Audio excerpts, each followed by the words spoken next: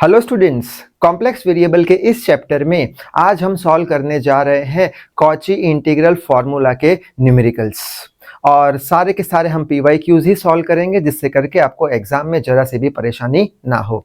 So I hope you are ready with your pen and paper. So without wasting much time let us start this video.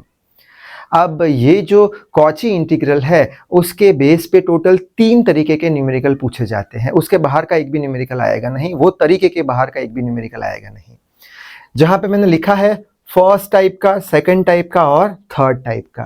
First type के लिए ये वाला equation, second type के लिए ये वाला और थर्ड टाइप के लिए ये वाला। अब क्वेश्चन आएगा कि पता कैसे लगाए कि कौन से न्यूमेरिकल में कौन सा इक्वेशन लगाना है। तो उसके लिए कुछ बातें याद रख लेना, अभी सिर्फ याद रख लेना। न्यूमेरिकल जब करेंगे तब बहुत ही आसानी हो जाएगी, अगर अभी आप ध्यान से सुन रहे हो तो। ठीक है, तो सबसे पहले तो न्यूमेरिकल पे से अगर हम पता लगा पाए कि जो पॉइंट देके रखा है, जो पॉइंट देखे रखा है जिसे Z0 बोलेंगे हमेशा, जो पॉइंट देखे रखा है वो कर्व के अंदर का है या बाहर का है। ठीक है, तो उस पे से सारा डिसीजन आएगा, उस पे से तीनों फॉर्मूला के यूजेस होंगे। सपोज करते हैं कि हमने पता लगाया Z0 जो है, पहले तो ढूंढा Z0 जो है वो कर्व जो है या सर्कल जो है उसके बाहर का पॉइंट है। कौन सा पॉइंट है? आउटसाइड। कौन सा पॉइंट है? Z0 आउटसाइड का पॉइंट है। आउटसाइड का पॉइंट है तो सीधा बोल देना जो भी क्वेश्चन पूछा होगा integration of fz by z minus z0 dz, वो क्वेश्चन का आंसर आ जाएगा 0। अगर Z0 जो हमने पता लगाया Z0 ये पॉइंट कर्व के बाहर का है, सर्कल के बाहर का है, तो जो भी क्वेश्चन है इंटीग्रेशन के फॉर्म में उसका आंसर 0 लगा देना। एक टाइप समझ में आ गया। दूसरे टाइप में बात करते हैं। अगर हमने पता लगाया कि ये जो Z0 पॉइंट है, हमने ढूंढा और पता लगाया कि ये जो पॉइंट Z0 है वो सर्कल के या कर्व के ऊपर का है या अंदर का है। ठीक है, अगर ऊपर का होगा तो अंदर का मान के चलेंगे।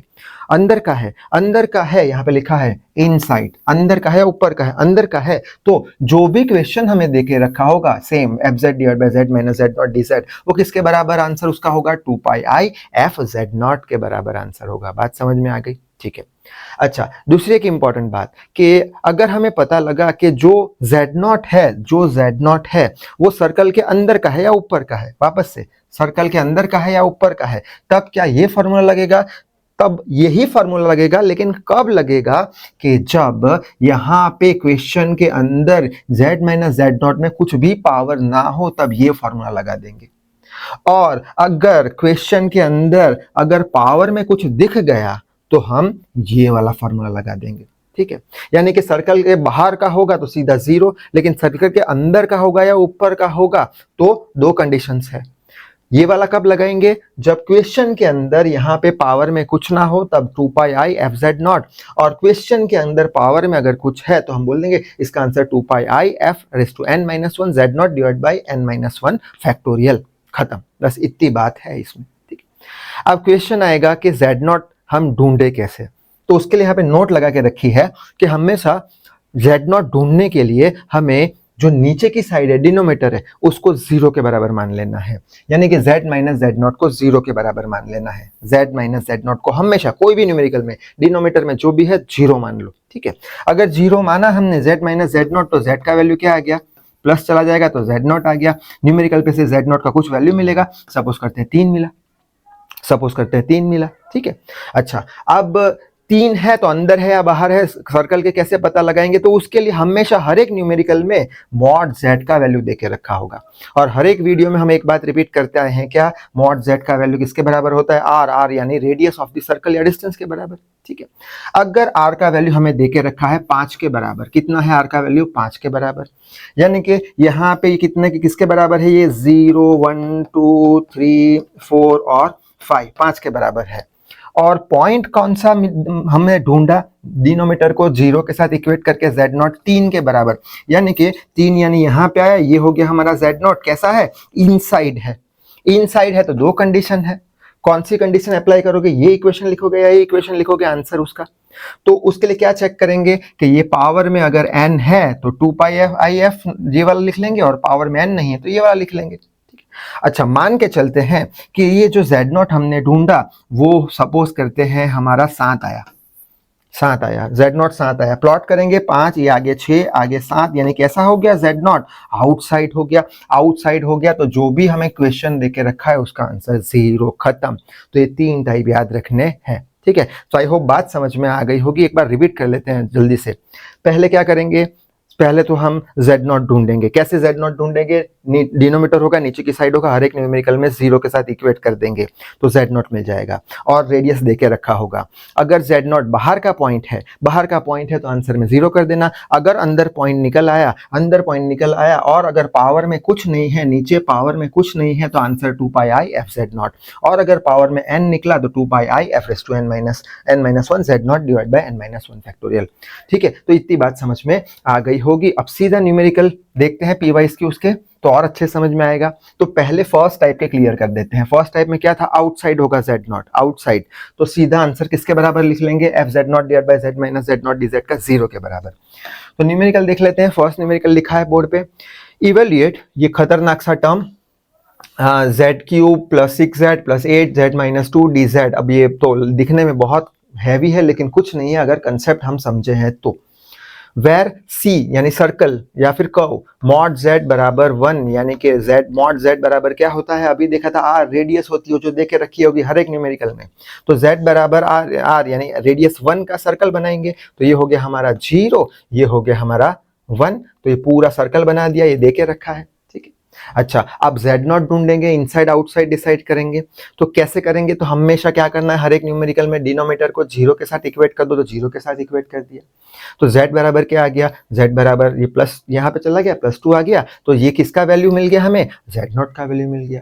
अब Z0 का वैल्यू हमारे पास आ चुका है। अब ये Z0 को हम यहाँ पे प्लॉट करेंगे तो Z0 कितना है, 2 है, तो बट ऑब्वियसली 1 है, ये 2 है, यानी Z0 कहाँ निकला, सर्कल के बाहर निकला। सर्कल के बाहर अगर आता है Z0 बराबर 2 is outside the circle, circle के बाहर आता है तो जो हमारा इक्वेशन था क्या था, dz by Z minus Z0 किसके बराबर आंसर होगा, 0 के बराबर आंसर होगा। ये उसके ही फॉर्म में है ना, ये हो गया ऊपर का पूरा dz, नीचे का हो गया Z minus Z0, dz Z minus Z0 तो 0। तो ये पूरा आंसर किसके बराबर होगा, 0 के बराबर। आई होप समझ में आ गया होगा। ठीक है, आगे बढ़ लेते हैं नेक्स्ट। यहाँ पे दिया है इवेल्युएट करो इसको, इसकी वैल्यू ढूंढो, e raise to 5 Z minus I dz, जहाँ पे C वापस से रेडियस तो देखे रखेंगे, हमेशा 1/2 का रेडियस है तो सर्कल बना देंगे सबसे पहले 1/2 का। तो कैसे बनाएंगे, 0 हो गया 1/2, ये 1, तो ये 1/2 का सर्कल बन गया। ठीक है, अब Z0 पॉइंट ढूंढेंगे, इनसाइड आउटसाइड डिसाइड करेंगे, अकॉर्डिंगली हम इक्वेशन का यूज करेंगे। तो Z0 कैसे ढूंढते थे हम, हमेशा क्या बोला था, नीचे की साइड को 0 के साथ इक्वेट करा दो, नीचे की साइड है Z minus I equals to 0, तो Z बराबर I, ये हमें Z0 मिला, ये हमें क्या मिला, Z0 मिला, Z बराबर I। लेकिन I तो इमेजिनरी चीज है, हमें तो नंबर से मतलब है, I को तो यहाँ पे प्लॉट नहीं कर पाएंगे।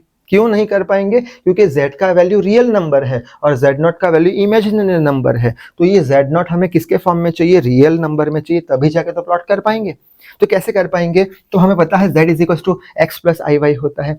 तो यहाँ पे Z is equal to i है, यानी x का वैल्यू क्या है, 0 है, और I इंटू 1 है यानी y का वैल्यू 1 है, यानी x का वैल्यू 0, y का वैल्यू 1। कैसे लिखा, x इज इक्वल टू, अरे sorry, Z is equals to x plus i y. ठीक है, यहाँ पे क्या दिया है, Z is equals to 0 plus i into 1, अगर मैं लिखता I इंटू 1 अगर मैं लिखता हूँ तो Z इज इक्वल्स टू आई आ जाएगा ना, Z इज इक्वल्स टू आई आ जाएगा। कब आएगा, जब मैं 0 प्लस आई इंटू 1 लिखूँ। 1 क्या है, y है, 0 क्या है, x है, तो x 0 y 1, यानी कि हमारा जो पॉइंट है वो कौन सा है, x में 0 y में 1, 0,1, ये हमारा Z0 का वैल्यू है। इसको रियल में कन्वर्ट किया, इमेजिनरी में समझ में नहीं आता था कहाँ प्लॉट करें।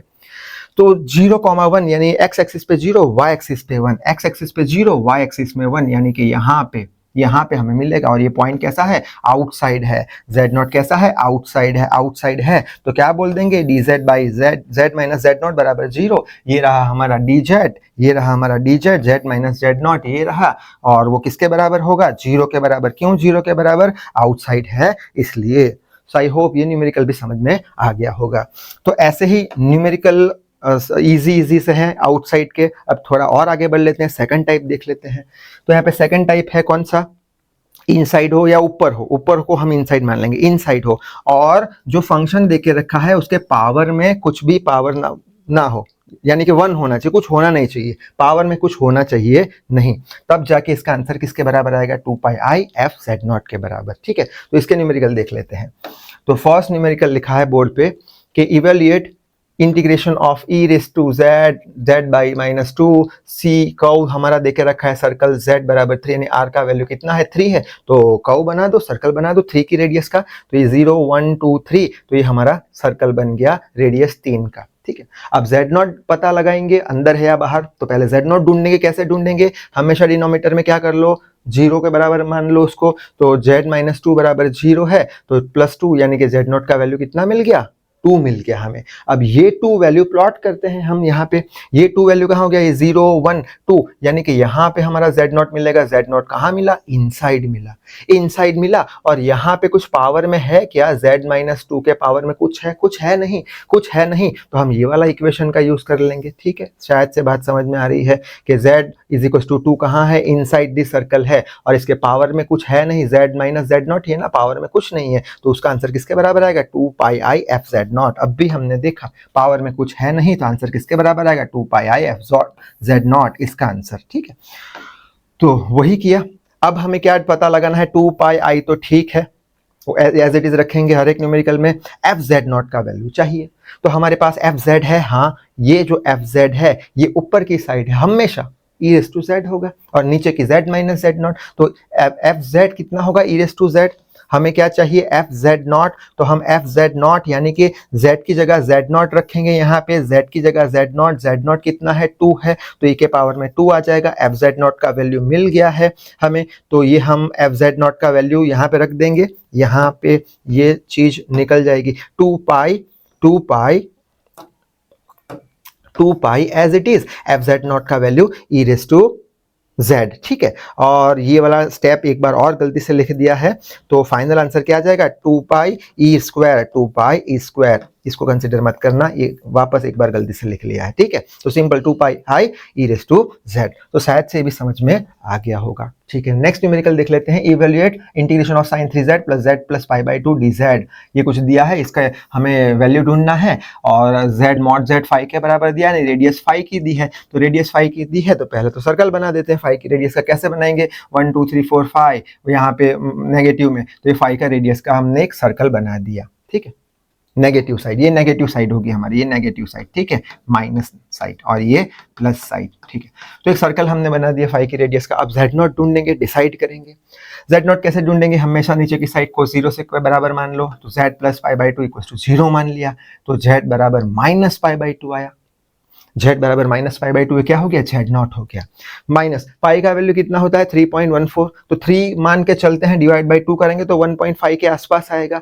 1.5 कैसा, माइनस 1.5, यानी यहाँ पे माइनस, ये नेगेटिव साइड है ना, माइनस 1.5, यानी z नॉट कैसा आया, इनसाइड दिस सर्कल आया। z not minus pi by 2 कैसा आया, इनसाइड दिस सर्कल आया। और क्या यहाँ पे पावर में कुछ है क्या, z माइनस जेड नॉट के पावर में कुछ नहीं है, कुछ नहीं है, तो हम ये वाला इक्वेशन का यूज कर लेंगे, सेम ये वाला। तो F Z by Z minus Z not किसके बराबर होगा, 2 pi i F z not के बराबर होगा। ठीक है, अब एफ जेड लिख लेंगे, क्या है एफ जेड हमारा, साइन 3z लिख लिया, एफ जेड का value Z minus Z not Z plus pi by 2 है, उसका आंसर किसके बराबर आएगा, 2 pi i F z not. तो अब हमें एफ जेड नॉट ढूंढना है। एफ जेड नॉट कैसे ढूंढेंगे, हमारे पास एफ जेड है, एफ जेड क्या है, ऊपर की वैल्यू क्या होती है, 3 साइन 3z। हमें क्या चाहिए, एफ जेड नॉट चाहिए, एफ जेड नॉट चाहिए। जेड नॉट कितना है हमारा, जेड नॉट है माइनस पाई बाई 2, यानी जेड की जगह हम क्या लिख लेंगे, minus pi by 2, f z nought मिल जाएगा। अब ये माइनस साइन को हम क्या करेंगे, आगे ले आएंगे, तो आगे ले आएंगे तो क्या होगा, माइनस साइन 3 पाई बाई 2, और 3 pi by 2 sine 3 pi by 2 का वैल्यू कितना होता है, -1, तो आगे भी माइनस है, माइनस माइनस प्लस, यानी एफ जेड नॉट का वैल्यू हमें 1 मिल चुका है, तो 2 pi I as it is लिख लिया, एफ जेड नॉट का 1 लिख लिया, तो आंसर इसका आंसर किसके बराबर आ गया, 2 पाई आई के बराबर आ गया। तो आई होप ये न्यूमेरिकल भी क्लियर हो चुका होगा। आगे बढ़ लेते हैं, evaluate z cube minus 6 divide by 2z minus i, where c curve जो है उसका रेडियस r इसके बराबर है, r इसके बराबर है। तो सबसे पहले तो रेडियस देके रखा है, तो 2 के रेडियस का सर्कल बना देंगे, तो यहाँ पे ये 1 ये 2, ये 2 के रेडियस का सर्कल बना दिया। अब z नॉट ढूंढेंगे, इनसाइड आउटसाइड डिसाइड करेंगे। z नॉट कैसे ढूंढेंगे, हमेशा हर एक न्यूमेरिकल में क्या करना है, नीचे की साइड 0 के बराबर मानना है। तो यहाँ पे 2z माइनस आई बराबर 0 माना, तो 2z is equal to plus i हो गया, तो z is equal to i by 2 हो गया, ये हमारा z नॉट हो गया। ठीक है, ये हमारा Z0 हो गया। लेकिन ये Z0 किसके फॉर्म में मिला? I के फॉर्म में मिला, इमेजनरी के फॉर्म में, और यहाँ पे तो रियल नंबर है, 2 का रेडियस है। तो अब ये इमेजनरी फॉर्म को हम यहाँ पे प्लॉट नहीं कर सकते, ये इमेजनरी को रियल में कन्वर्ट करेंगे। कैसे रियल में कन्वर्ट करेंगे?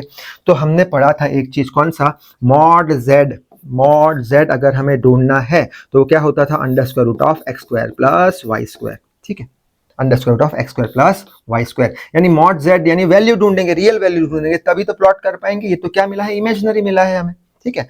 तो मॉड I/2 उसको कैसे करेंगे? Under square root of x square plus y square. इसके अंदर ये जो है हमारा z is equals to x plus i y, ठीक है। इसके अंदर y का वैल्यू कितना, x का वैल्यू कितना है? x का वैल्यू तो 0 है, तो x का वैल्यू 0, तो 0 का स्क्वायर। y का वैल्यू कितना है? y का वैल्यू i, y का वैल्यू 1/2 होगा, तभी तो I/2 होगा। तो y का वैल्यू कितना देके रखा है यहाँ पे? 1/2, तो y का वैल्यू 1/2 रख देंगे, स्क्वायर कर देंगे, ठीक है। तो ये 1/2 का स्क्वायर रूट में निकल जाएगा। तो अब हमें Z0 का वैल्यू मिला कितना? 1/2, लेकिन एक्चुअल में कितना है? I/2 है। ये तो हमने डिराइव किया रियल नंबर में डिसाइड करने को, एक्चुअल में तो Z0 यही है। तो कितना है? 1/2। अब ये 1/2 पॉइंट कहाँ पे आएगा? ये 1 2 है, तो 0 और 1 के बीच में 1/2, Z0 कैसा हो गया? वापस से इनसाइड हो गया। तो वही लिखा है यहाँ पे, Z0 इज I/2, यही Z0 I/2 रहेगा। ये तो खाली पता लगाया हमने कि कहाँ पे प्लॉट करेंगे। तो ये जो पॉइंट है I/2 वाला कहाँ है? इनसाइड है सर्कल के। और अगर इनसाइड है और पावर में कुछ है नहीं, 2z माइनस आई, पावर में कुछ है नहीं, पावर में कुछ है नहीं, तो हम सीधा बोल देंगे ये जो आंसर है किसके बराबर होगा? इस 2πi fz0 के बराबर, ठीक है। अच्छा, अब fz कितना है हमारा? z³ माइनस 6, बस इतना ही है क्या? नहीं, z³ माइनस 6 डिवाइडेड बाई 2 है हमारा fz0, ये पूरा है हमारा fz0। क्यों? नीचे हमेशा क्या होना चाहिए? खाली और खाली z माइनस z0 ही होना चाहिए, z माइनस z0 ही होना चाहिए, बाकी का सारा क्या होता है? f ऑफ z होता है, ठीक है। तो f ऑफ z हमारा क्या होगा? z³ माइनस 6/2, और z माइनस z0 क्या होगा? z minus I. I hope बात समझ में आ गई होगी आपको, ठीक है। dz लगा दिया, किसके बराबर होगा? 2πi लिख लिया, fz0 के बराबर होगा। तो वापस से इक्वेशन लिख लिया, 2πi एज इट इज लिख लिया। अब हमें चाहिए fz0 का वैल्यू। तो हमारे पास fz क्या है? अभी देखा, z³ माइनस 6/2 है, तो z³ माइनस 6/2 है। हमें क्या चाहिए? fz0 चाहिए। fz0 यानी z की जगह z0 रखेंगे। z0 किसके बराबर है? z0 I/2 के बराबर है। z0 किसके बराबर है? I/2 के बराबर है। तो वही लिखा, I/2 का क्यूब माइनस 6/2, ये क्या हो जाएगा? i का cube divided by 8 minus 6 as it is 2। तो fz0 का वैल्यू हम कहाँ रख देंगे? यहाँ पे रख देंगे fz0 का वैल्यू, ठीक है। बस अब यहाँ पे सिंपल सॉल्व कर देंगे हम। यहाँ पे क्या हो जाएगा? i³ बाई 8 माइनस 6, ये 2 से 2 ये कैंसिल हो जाएगा, तो पाई i³ बाई 8 माइनस 6। इसको अब अंदर मल्टीप्लाई करेंगे, कैसे? पाई i रेस टू 4 और 6 पाई i डिवाइडेड बाई 8 तो है ही है। और ये i रेस टू 4 को हम कैसे लिख सकते हैं? i square into I square का वैल्यू -1, इसका वैल्यू -1, माइनस माइनस प्लस हो जाएगा, यानी i निकल जाएगा, प्लस हो जाएगा, ये प्लस हो गया, 1 हो गया, तो निकल गया, तो pi by 8 minus 6 pi i। So I hope ये न्यूमेरिकल भी अच्छे से समझ में आ गया होगा, ठीक है। अब इनसाइड की बात खत्म हो गई, और जो पावर में था वो पावर में कुछ था नहीं। अब थर्ड टाइप का ले लेते हैं जिसमें पावर में कुछ होगा और इनसाइड होगा या ऑन द सर्कल होगा, ठीक है। तो पहला कैसा देखा था? आउटसाइड 0, फिर देखा इनसाइड, इनसाइड में पावर था नहीं, तो 2πi f। अब वापस से इनसाइड देखेंगे, लेकिन पावर होगा कुछ, तो 2π f raise to n minus 1 z0 divide by n minus 1 factorial, ठीक है। तो इसके न्यूमेरिकल देख लेते हैं। तो फर्स्ट न्यूमेरिकल लिखा है बोर्ड पे, ये पूरा टर्म देके रखा है हमें, cos z divide by z minus pi i square dz where c, और रेडियस देके रखा है 2πi के बराबर रेडियस है। इमेजनरी पार्ट में रेडियस है हमारी, तो इमेजनरी पार्ट में है, तो और ये 2πi है। इमेजनरी पार्ट कौन सा होता है? y एक्सिस, ठीक है, x plus i y, x plus i y, z is equal to x, तो 0 हो गया, आई वाई है, i का पार्ट दिया है, यानी कि ये ऊपर जाएगा, ठीक है, y एक्सिस पे जाएगा, तो ये अपना 0 पाई, ये 2 पाई, एक सर्कल बना दिया हमने, ठीक है। अब z0 ढूंढेंगे, पता लगाएंगे इनसाइड आउटसाइड। यहाँ पे z0 कैसे ढूंढेंगे? नीचे का जो टर्म है उसको हमेशा क्या कर दो? हमेशा इक्वल टू 0। तो इक्वल टू 0 किया तो स्क्वायर निकल गया, z minus pi equal to 0, z is equal to pi i आया, ये भी इमेजनरी फॉर्म में आया, तो इसको कन्वर्ट करने की जरूरत नहीं है रियल में। क्यों? क्योंकि सर्कल भी इमेजनरी फॉर्म में दिया हुआ है हमें, ये पाई है, ये 2 पाई आई है, और ये कितना है आंसर z0 का? पाई आई आया तो बट ऑब्वियस है 0 के बाद पाई आई, यानी कि ये कैसा पॉइंट है, इनसाइड पॉइंट है। इनसाइड पॉइंट है तो क्या पिछला इक्वेशन यूज कर सकते हैं, नहीं। क्यों नहीं, क्योंकि यहाँ पे देखो तो नीचे की साइड पावर में n है, यानी n का वैल्यू कितना है, 2 है। 2 है तो हमें कौन सा इक्वेशन यूज करना पड़ेगा, ये वाला 2 pi i f raise to n minus 1 z not divide by n minus 1 factorial. I hope clear हो रहा है, ठीक है। तो यूज करते हैं, तो यही लिख दिया हमने। एफ जेड क्या है हमारा, कॉस जेड, तो कॉस जेड आ गया ऊपर, जेड माइनस जेड नॉट कितना है, जेड माइनस जेड पाई, एन का वैल्यू कितना है, एन का वैल्यू 2, तो ये पूरा लिख लिया हमने। डी जेड उसका वैल्यू किसके बराबर आएगा, 2 pi i f raise to n minus 1, n का वैल्यू कितना है, 2 है, यहाँ पे 2 है, तो 2 minus 1 Z not divided by n minus 1 factorial, n कितना है 2, 2 माइनस 1 फैक्टोरियल, ठीक है। तो ये f का पावर 1 आएगा, f का पावर 1 यानी एक बार डिफरेंशिएशन, f का पावर 2 तो 2 बार डिफरेंशिएशन, f का पावर 3 तो 3 बार डिफरेंशिएशन, ठीक है। ये f डैश नहीं है, तो f का पावर 1 यानी एक बार डिफरेंशिएशन किसका, z नॉट का, divide by 2 minus 1, 1 factorial, 1 factorial को क्या लिखते हैं हम, 1, तो नीचे 1 लिख लिया, ठीक है। बस आप क्या करेंगे, ये f का पावर 1 यानी इसका f z नॉट का डिफरेंशिएशन चाहिए एक बार। हमारे पास fz क्या है, हमारे पास fz ये ऊपर की साइड होती है हमेशा fz, तो यहाँ पे ये रहा fz, ठीक है, ऊपर की साइड, ये ऊपर की साइड fz, तो cos z है हमारा, fz cos z है, हमें डिफरेंशिएशन एक बार कराना है, तो cos का डिफरेंशिएशन क्या हो जाएगा, माइनस साइन z हो जाएगा।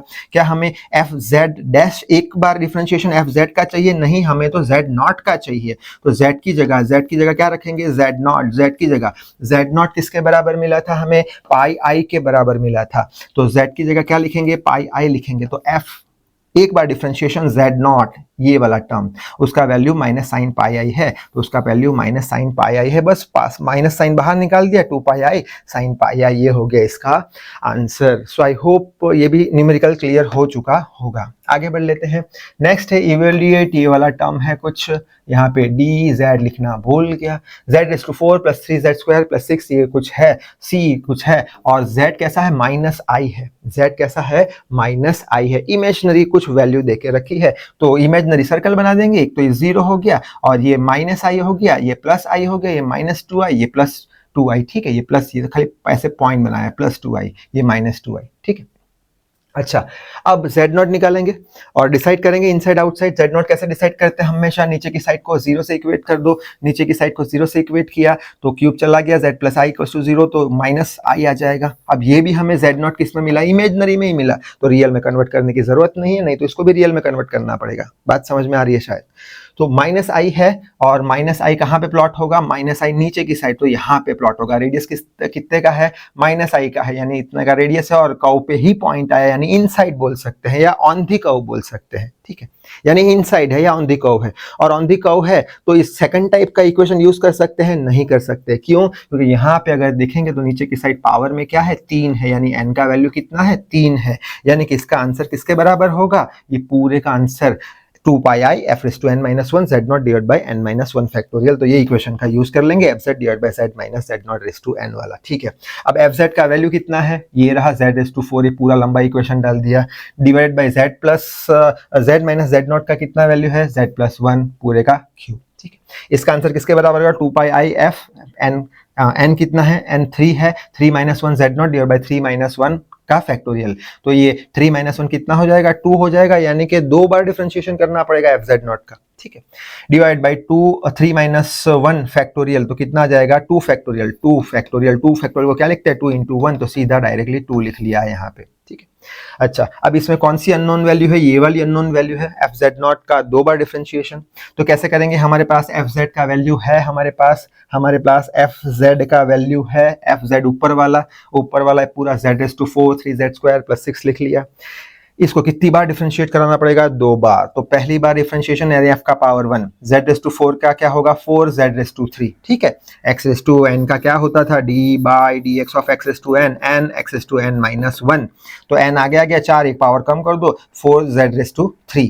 अच्छा, उसी तरीके से 3 तो कांस्टेंट है, डिफरेंशिएशन के बाद z स्क्वायर का क्या होगा, 3 तो कांस्टेंट है, डिफरेंशिएशन के बाद z स्क्वायर का क्या होगा, 2z, तो क्या होगा, 6z आ जाएगा, तो 6z आ गया, और कांस्टेंट का डिफरेंशिएशन हमेशा 0, खत्म। एक बार हो गया, दूसरी बार करेंगे इसका डिफरेंशिएशन, तो वापस से 4 कांस्टेंट, डिफरेंशिएशन के बाहर z क्यूब का डिफरेंशिएशन 3z स्क्वायर, तो 4 3 जा 12 12z²। ठीक है, अब 6z का करेंगे तो 6 डिफ्रेंशिएशन के बाहर z का डिफ्रेंशिएशन कितना 1, तो 1 लिखा नहीं है तो 6 आ गया। ठीक है, 2 बार डिफ्रेंशिएशन हो गया, हमें तो z0 चाहिए, 2 बार डिफ्रेंशिएशन वाला z0 चाहिए, तो z की जगह क्या डाल देंगे z0 क्या है -i, तो z0 की जगह z की जगह z0 यानी -i का स्क्वायर, ये हो गया।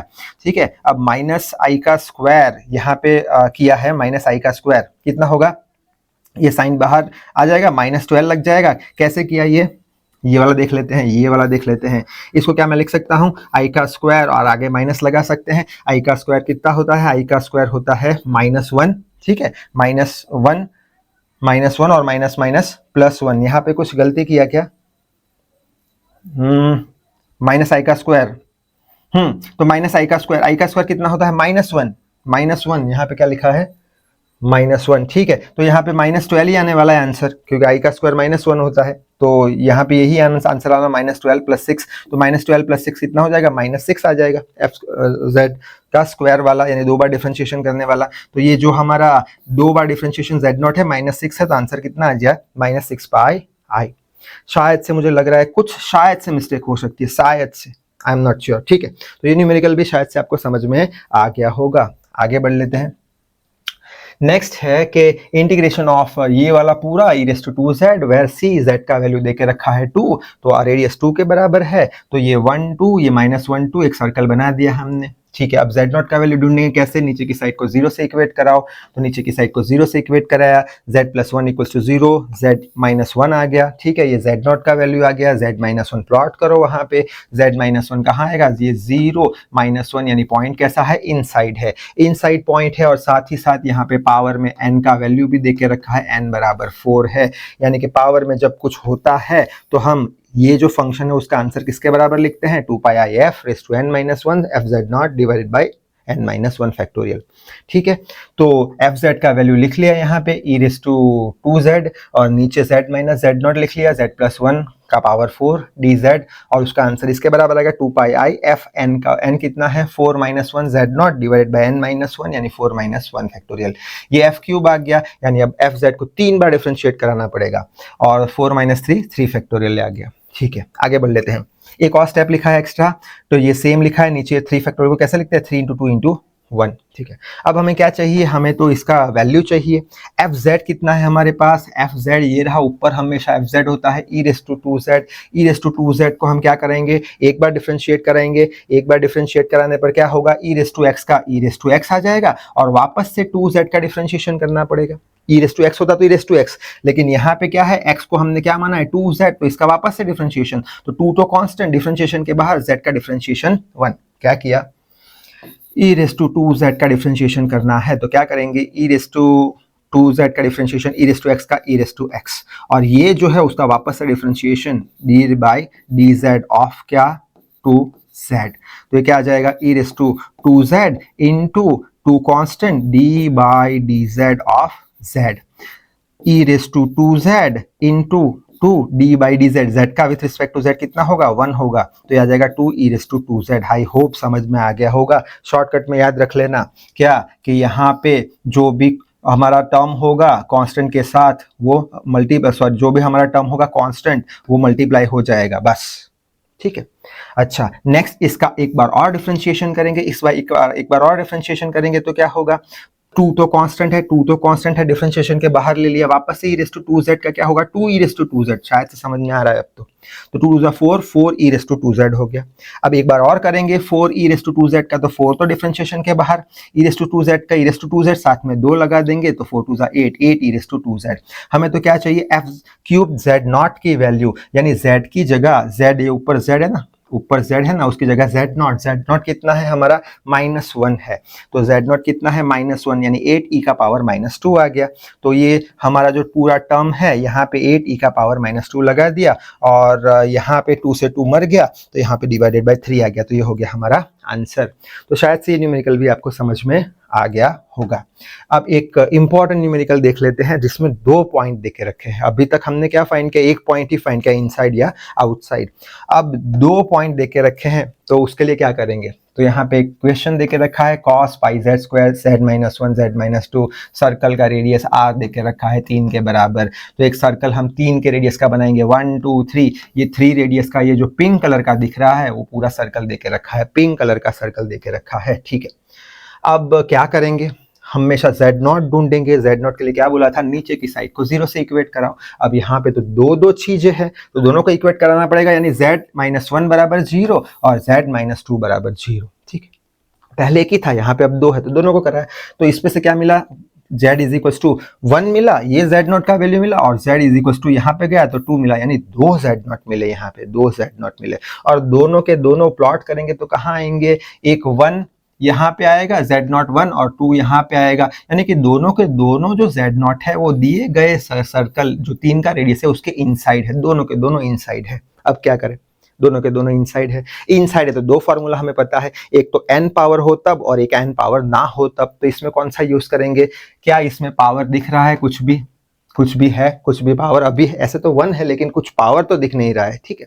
तो पावर है नहीं, यहाँ पे पावर है नहीं, तो कौन सा फॉर्मूला यूज करेंगे, 2 पाई IF वाला, ठीक है। तो कौन सा फॉर्मूला यूज करेंगे, 2 पाई IF Z0 वाला, ठीक है। ये बात समझ में आ गई, लेकिन कैसे अप्लाई करेंगे, दो Z0 है हमारे पास, तो दो Z0 है। यहाँ पे एक ही Z0 का फॉर्मूला था हमारे पास, 2 Z0 का क्या करेंगे, कुछ करेंगे नहीं।